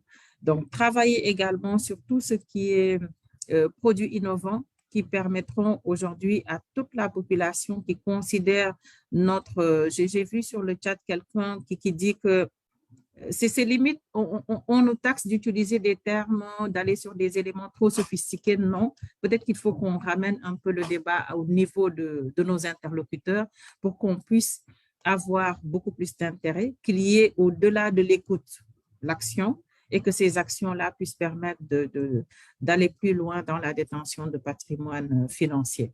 Donc, je ne sais pas si j'ai répondu à la question du monsieur, mais il a raison. Merci. Oui, c'est des questions. Une autre question, c'est comment l'Afrique pourrait faire face à la tendance actuelle sur le marché de l'emploi et la réduction des disparités sociales. Effectivement, je me permets de répondre à cette question de M. Krbaj. Les disparités sociales, c'est quelque chose qui existe partout dans le monde, à certains niveaux. L'objectif premier est d'essayer de réduire ces disparités. La disparité ne peut être réduite que par la première chose qui est l'éducation. C'est que quand on est aujourd'hui, on se retrouve face à une centaine de personnes qui sont très bien éduquées. Quand je parle d'éducation, c'est éducation académique, culturelle, sociale. Donc, quand on est à une centaine de personnes en face qui s'est très bien éduquée, eh ben, on doit lui rendre compte. On doit lui rendre compte par rapport à un certain niveau social.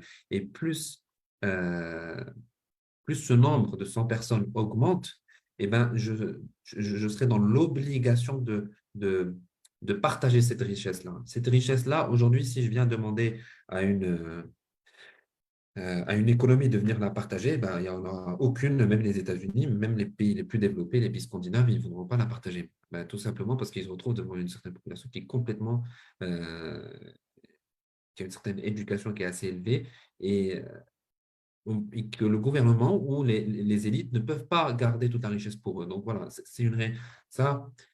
Aujourd'hui, l'Afrique fait face à ce point-là, mais il y a de l'innovation. Je revois Mme Sénès qui disait, c'est l'innovation qui nous permettra, dans tous les pays d'Afrique, d'aller vers l'avant et essayer de tirer cette éducation vers le haut, cette éducation vers le haut pour pouvoir pallier à ce problème. Effectivement, les différentes crises peuvent avoir un impact sur les marchés de l'emploi, mais le seul levier de marché de l'emploi, aujourd'hui, c'est l'innovation. Nous avons les outils et aujourd'hui, en termes de pourcentage d'innovation, je pense que l'Afrique se positionne très, très bien vis-à-vis d'autres pays. Si je peux juste compléter, il y a deux volets à la question de monsieur Capes. Le premier, c'est la situation actuelle et urgente sur le marché de l'emploi tel qu'il est aujourd'hui et apporter une réponse. Ça, on le voit au Maroc depuis quelques décennies, c'est de rediriger l'outil de production vers des secteurs à plus haute valeur ajoutée. C'est d'aller sur, par exemple, l'automobile, sur l'aéronautique, donner des avantages, qu'ils soient fiscaux, qu'ils soient au niveau de la réglementation d'échange, pour rediriger pour sortir clairement de tout ce qui est textile et manutention vers quelque chose qui est un petit peu plus à valeur ajoutée. Ensuite, ça c'est à court terme, enfin c'est à court moyen terme. Ensuite, à long terme, eh ben, il faut que les autorités, chose qu'elles ont fait dans un premier temps, j'espère que ça va être refait au Maroc, c'est que le ministère prend clairement les devants en allant identifier tous les secteurs qui sont aujourd'hui au Maroc importateurs et de développer un tissu industriel qui permet de répondre à la demande interne en produisant des biens en interne, c'est-à-dire que de transformer une importation en production. Chose qu'a fait la Turquie, qui a très bien réussi à le faire, malgré la situation actuelle de la Turquie qui n'a rien à voir avec cela. Mais en tout cas, il y a plusieurs volets. Le premier, c'est de répondre immédiatement à l'urgence. Et l'urgence, ça peut être que le volet social. Le deuxième, c'est à court terme, moyen terme, c'est de rediriger l'outil industriel vers là où il y a de la valeur ajoutée. Le troisième, c'est de construire une feuille de route pour ramener tout ce qui est importé, le produire en local. Et puis, en dernier niveau, c'est de se projeter encore plus loin. Quel sera le monde, les économies de demain, dans 20, 30, 40 ans, et commencer dès aujourd'hui à construire cela. Ça commence par exemple par mettre en place des incubateurs. Alors, il y en a de plus en plus qui existent au Maroc. Après, effectivement, la réglementation, il faut qu'elle change. Je vais vous donner un exemple très simple. On a voulu développer les nouvelles technologies, le développement des applications, etc. Tout ce qui est nouvelles technologies au Maroc. Entre le moment où il y a eu la volonté, où il y a eu le développement, entre ça et le changement de la réglementation, il s'est passé un an et demi. Il y a beaucoup de gens qui sont venus avec plein de volonté pour se lancer là-dedans. Ils n'ont pas réussi pour une raison très simple. C'est qu'à partir du moment où on veut lancer une simple application sur portable, tous les paiements se font par carte de crédit. Et il était impossible de payer en devise en carte de crédit et tous les fournisseurs étaient à l'étranger. Donc, c'est global. Et ça, c'est un travail qui doit être fait à plusieurs horizons, de manière à répondre aussi bien à l'urgence d'aujourd'hui de ces personnes en détresse que d'aller construire l'Afrique de demain. Et ça, c'est important d'avoir cette vision-là et c'est effectivement aussi important d'avoir une approche qui soit, comme l'a dit Marie-Odile, une approche qui soit globale et d'imbriquer toutes les économies les unes dans les autres et d'avoir des réglementations qui soient à défaut d'être les mêmes, ça n'arrivera jamais, mais en tout cas qu'ils se concertent et qu'ils prennent des décisions il y aura un trade-off, il y aura des arbitrages, mais que tout le monde tire son épingle du jeu. Donc voilà, à mon avis, comment les choses Et sur ce paysage-là, les marchés financiers sont là juste comme un outil pour pouvoir apporter et la liquidité et les investissements et les couvertures de risque, plus qu'un moteur. Là, ça devient une problématique de politique économique du pays plus que une problématique marché. Effectivement, merci Sérabine. Merci pour toute l'audience. Il y a eu pas mal de questions. J'espère avoir répondu à quelques-unes. Euh, Effectivement, l'objectif, merci à tous, à tous les intervenants. L'objectif est de sensibiliser l'audience par rapport à la gestion du risque et par rapport à la vision de la crise, que ce soit une vision un peu plus stratosphérique au niveau de nos panélistes, mais aussi que ces crises-là peuvent toucher directement nos populations et euh, qui doivent être gérées par anticipation. Et l'institution qui gère la crise ou son risque management par anticipation, c'est celle qui s'en sort un petit peu le mieux. Et il y aura forcément un impact sur la population locale ou sur l'économie locale. C'est qu'il y en a qui se mordent un peu plus les ongles, il y en a qui ont réussi à passer des crises comme si c'était juste un petit courant d'air. Donc voilà. Je finis sur ça. Je remercie tous les intervenants. Alors, monsieur Dacier, pour une... Allez-y, élevez. Je voulais juste offrir une note optimiste c'est pour finir, c'est-à-dire que bon, moi j'ai vécu à travers la crise asiatique. Hein. On a eu un peu la même chose que vous avez en Afrique en ce moment, c'est-à-dire qu'on a eu entre 93 et 98, il y a eu un boom économique et financier et tout montait, donc personne ne faisait attention, ne prenait ne faisait de scénario de stress test ou quoi que ce soit. Et puis, pam, la crise financière asiatique en 98, où on a eu une grande partie de la région où les monnaies ont perdu 15, 20, 30%. Il y a eu du chômage tout de suite, la récession et tout et tout. Et elles ne se sont ressorties de tout ça encore plus fort en faisant ce que mes copanélistes ont déjà dit, c'est-à-dire d'abord une coopération au niveau des banques centrales, des stock exchange et tout ça, des bourses, pas forcément les mêmes réglementations. Il y a eu la fondation de ASEAN, par exemple, hein, c'est-à-dire Singapour, Malaisie, Indonésie, Thaïlande, Philippines. Hein. Et donc, beaucoup de ces pays se sont mis ensemble pour se dire, bon, maintenant, il faut qu'on reconstruise, il faut qu'on regarde pour l'avenir. Et le même genre de plan que M. Habib vient de nous donner, pour un 1.2, un court terme, moyen terme, long terme. Et maintenant, l'Asie est une force économique énorme, beaucoup plus grande qu'avant la crise. Donc, il y a toujours un moyen de s'en sortir, mais il faut la coopération entre les pays et entre les régulateurs, c'est sûr. Merci beaucoup. Un grand merci pour Perinity et Contigo de leur partenariat et de l'initiation de cet événement. Un merci pour One Africa de l'organisation de cet événement. Ne pas oublier le Forum des marchés des capitaux à Abidjan le 16 et 17 mars. Et pour information, le webinaire a été enregistré et sera partagé sur quelques réseaux sociaux.